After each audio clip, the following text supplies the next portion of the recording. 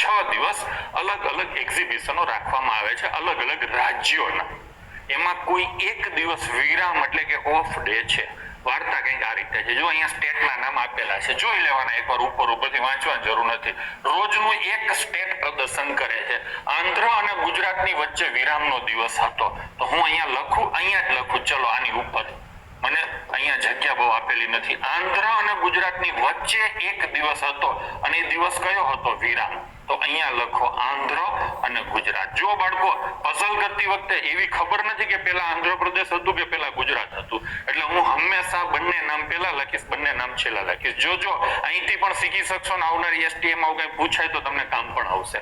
પંજાબનું કળા પ્રદર્શન ઉત્તરાખંડની પહેલા હતું, એટલે પંજાબ પહેલા હતું. હવે આનો મતલબ તરત પહેલા થઈ શકે છે અને વચ્ચે કોઈ ગેપ હોય અને પણ થઈ શકે. તરત પહેલા એવું કીધું નથી એટલે પહેલા જ આપણે લખીએ. તરત હોઈ શકે, તરત ન પણ હોઈ શકે. અને આ છે તમારું ઉત્તરાખંડ. જો હું કઈ રીતે કરું છું, વાર્તા વાંચતો જાઉં છું ને અહીંયા લખતો જાઉં છું. ગુજરાત અને પંજાબ વચ્ચે 2 દિવસનું અંતર હતું અને ગુજરાતે પંજાબની પહેલા પ્રદર્શન કર્યું. તો પહેલા કોણ આવે? ગુજરાત આવે કે નહીં? એટલે હા. અને પછી કેટલા દિવસ આવે બાળકો? 2. અને પછી કોણ આવે? તમારું પંજાબ.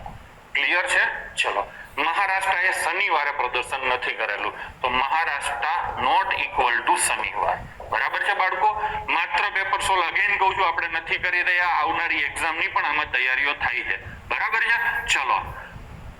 બેંકની પ્રિપરેશન કરતા હોય તો 1.5 મિનિટમાં આ ક્વેશ્ચન થઈ જાય. સર 1.5 મિનિટ ના થાય બેટા, ખાલી 45 સેકન્ડ થાય. કેટલી સેકન્ડ થાય? ખાલી 45 સેકન્ડ થાય. બરાબર છે? અહીંયા હું તમને વ્યવસ્થિત સમજાવું છું વાંધા વચકા સાથે. બાકી 45 સેકન્ડે આ ક્વેશ્ચનમાં ન થાય.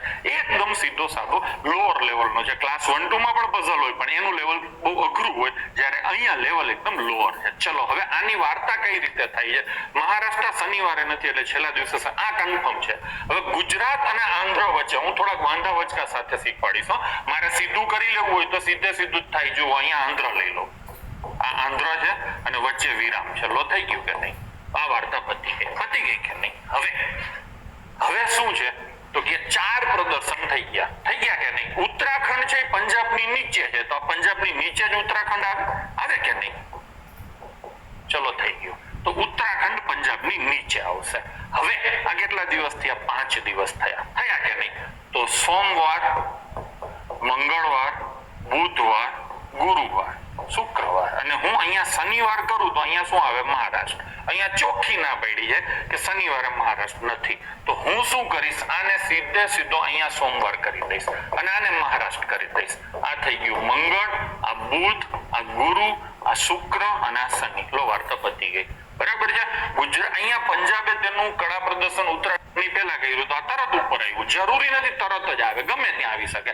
હવે આ સાચું છે કે ખોટું છે નક્કી કરવું હોય ને તો ફરીથી આ વાક્યો તમારે વાંચવાના રહીએ. વાંચશું આપણે. ચલો. આંધ્ર અને ગુજરાતની વચ્ચેનો દિવસ વિરામનો હતો. આ ગુજરાત છે ને આંધ્ર, એની વચ્ચે જો વિરામ હતું.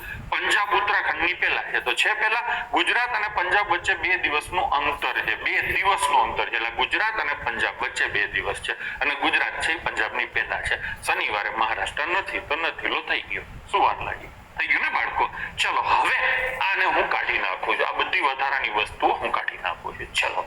વિરામનો દિવસ કયો હતો? તો વિરામનો દિવસ હતો બુધવાર. લો જવાબ આવી ગયો ને? વિરામ કયા દિવસે હતો બાળકો? બુધવારે. એના પછીનો સોમવારે કયા રાજ્ય પ્રદર્શન કરેલું? સોમવારે હતું જય મહારાષ્ટ્ર. શું હતું? જય મહારાષ્ટ્ર. આંધ્ર કયા વારે? આંધ્ર ગુરુવારે. ચલો થઈ ગયું. 3 પ્રશ્નો થઈ ગયા. શું વાર લાગી? બરાબર છે ને બાળકો? તો આવી રીતે તમે સીધે સીધું કરી શકાતા. બરાબર છે? ચલો લઈશું નેક્સ્ટ ક્વેશ્ચન.